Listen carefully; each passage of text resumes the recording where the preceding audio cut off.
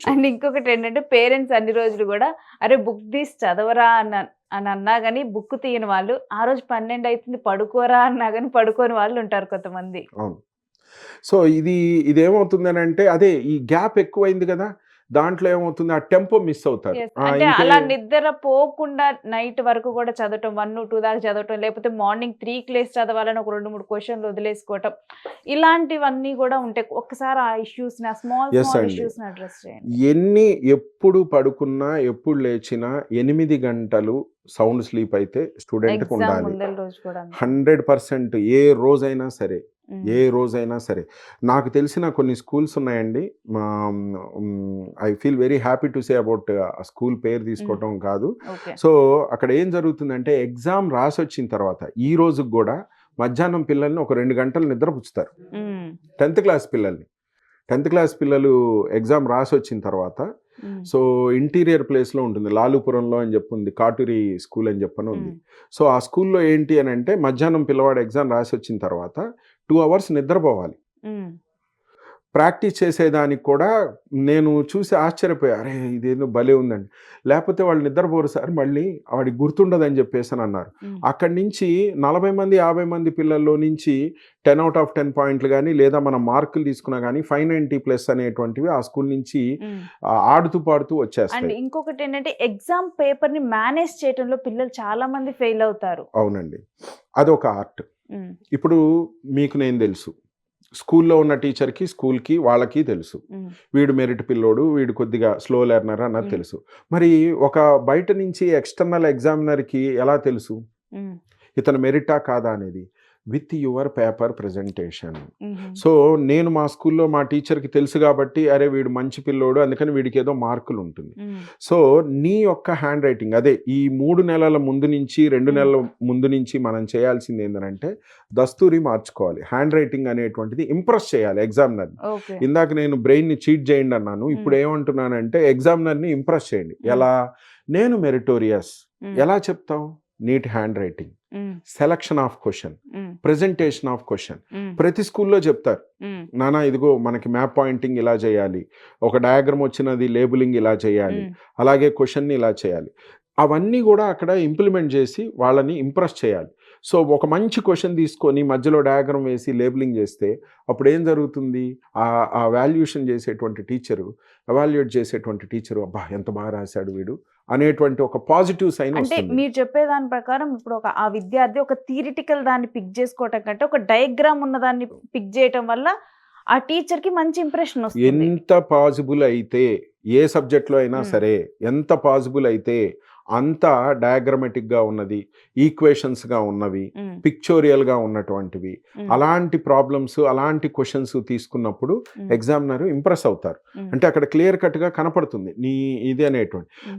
పేరాలు రాసేటువంటి క్రమంలో కూడా అలా మొత్తం ఒకే పేరాగా రాయకూడదు. హ్మ్. ప్రతి దానికి మధ్య బుల్లెట్ పాయింట్స్ ఇస్తూ ఆ హ్మ్. విషయాన్ని అంటే వారు ఈజీగా ఏం లేదండి కన్వీనియంట్ చేయటం. అంటే హ్మ్. ఆయన చూసేటప్పుడు అరే! ఎంత బావుందిరా! ఇదొక పాయింట్, ఇదొక పాయింట్, ఇదొక పాయింట్. హ్మ్. అంటే మీరు ఒక షార్ట్ ఆన్సర్ క్వెషన్స్ రాస్తే దానిలో 4 పాయింట్లు. హ్మ్. ఒక ఎస్సే క్వెషన్ రాస్తే దానిలో 8 పాయింట్లు. అలా బుల్లెట్ పాయింట్స్ పెట్టేసి హ్మ్. మనం హైలైట్ చేస్తే he feels or she feels comfortable. Okay. హమ్మయ్య! బావుంది దీని వీడు గురించి వీళ్ళకి తెలుసు. ఆ! తెలుసు. ఆ! ఈజీగా. అదే మీరు మొత్తం లెంథీగా పైనుంచి కింద దాకా ఫుల్ స్టాప్‌లు, కామాలు లేకుండా మనం ప్రెజెంటేషన్ ఇస్తే ఏమవుతుంది?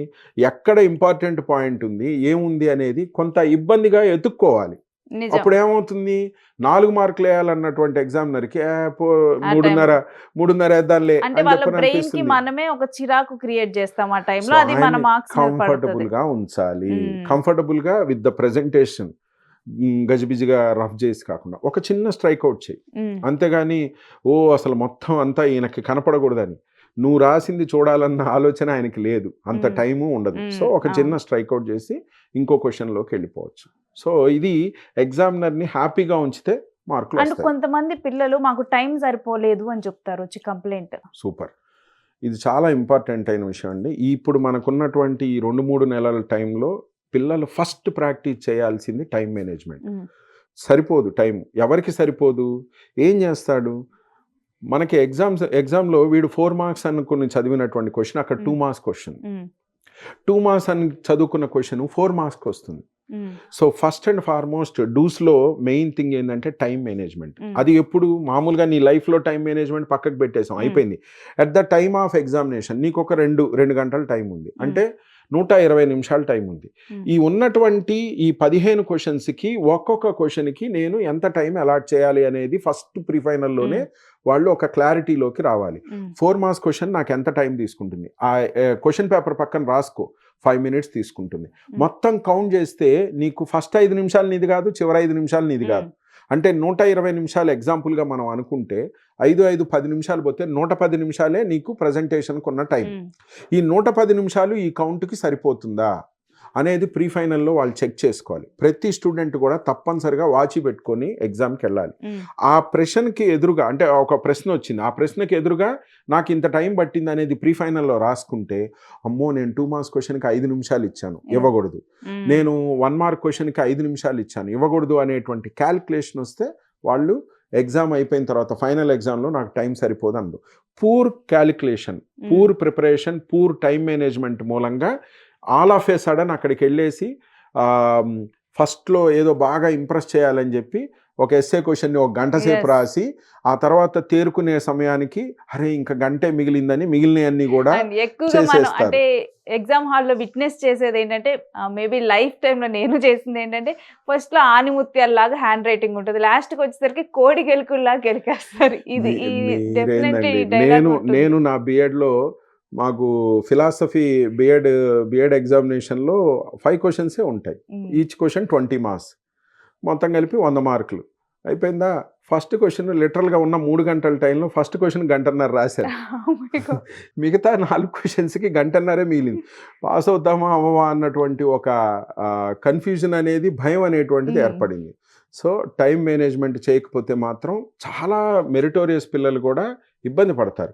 ఏంటంటే ఆ రాస్తూ వాళ్ళు ఒక ట్రాన్స్లోకి వెళ్ళిపోతారు.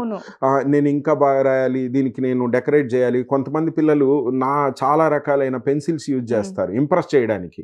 అంత ఎక్కువ పెన్సిల్స్, అంత ఎక్కువ స్కెచెస్ కూడా యూజ్ చేయకూడదు. ఒక బ్లూ ఆర్ బ్లాక్, మీరు బ్లూతో రాస్తూ ఉంటే బ్లాక్తో అండర్లైన్ చేయండి చాలు, మోర్ దాన్ ఎనఫ్.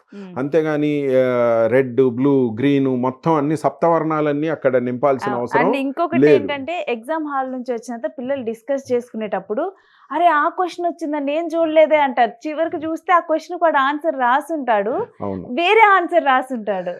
ఇది కూడా మంచి క్వశ్చనేనండి. యాక్చువల్గా ఎందుకు చేస్తారు పిల్లలు అని అంటే, క్వశ్చన్ పేపర్ చదవకపోవటం. ఈరోజు కొద్దిగా పిల్లలు ఏంటంటే, ఇందాకన్నా నేను ఫస్ట్ 5 నిమిషాలు నీది కాదు, చివరి 5 నిమిషాలు నీది కాదన్నా.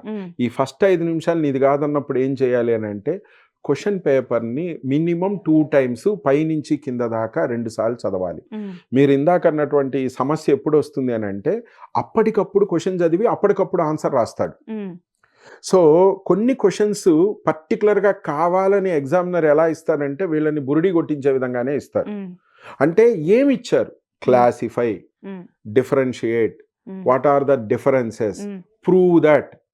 ఇది చదవడు.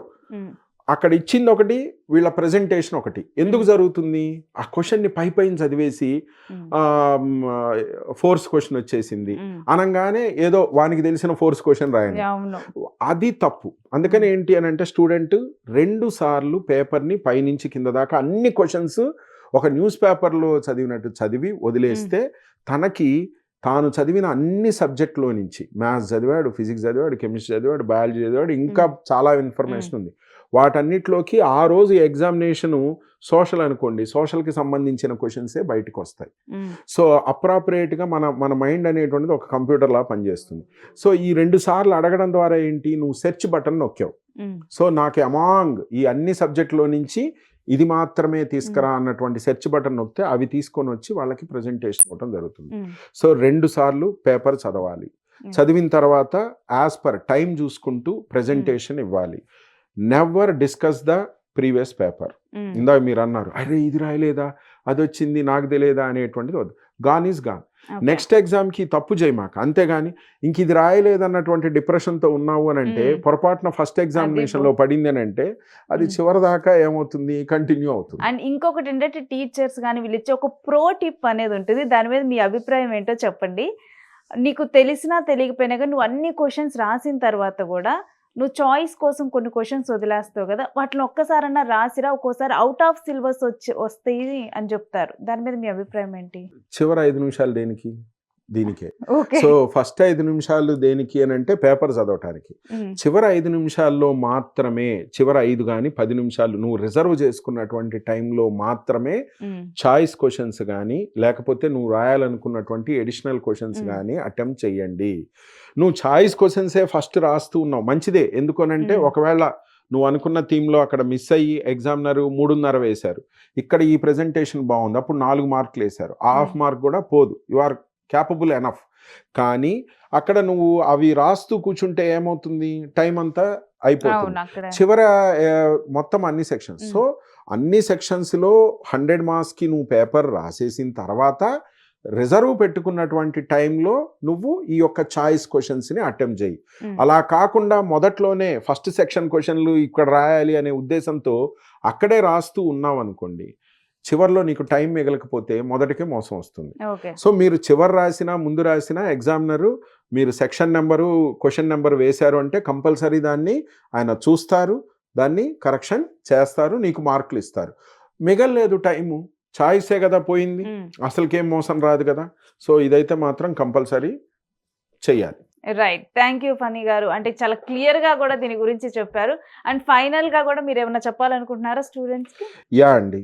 సో నీ జీవితంలో ఇప్పటికీ చాలా ఎగ్జామ్స్ రాసావు.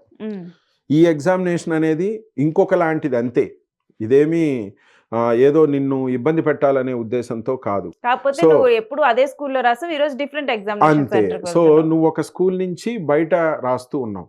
ఆ ఎగ్జామినేషన్స్ కూడా ఈ రోజు ఉన్న పిల్లలు చాలా కాంపిటేటివ్ ఎగ్జామ్స్ బయటకు వెళ్ళి రాస్తున్నారు. ఆ కాన్ఫిడెన్స్ చాలా మంది పిల్లలకు ఉంది. కొంతమంది పిల్లలకి ఆ కాన్ఫిడెన్స్ అనేటువంటిది తక్కువ ఉంటుంది. సో దీన్ని ఒక ఇబ్బందికరంగా చూడకు. ఇదే పరమావధి కాదు. దీని తర్వాత కూడా ఇంకా మనకి చాలా వస్తాయి. నువ్వు స్కూల్లో ఎలాంటి ఎగ్జామ్స్ అయితే రాస్తున్నావో ఇది కూడా అలాగే. నిన్ను ఫెయిల్ చేయాలనే ఉద్దేశం ఏ ఎగ్జామినర్కి లేదు, నిన్ను పాస్ చేయాలన్నదే ఉంది.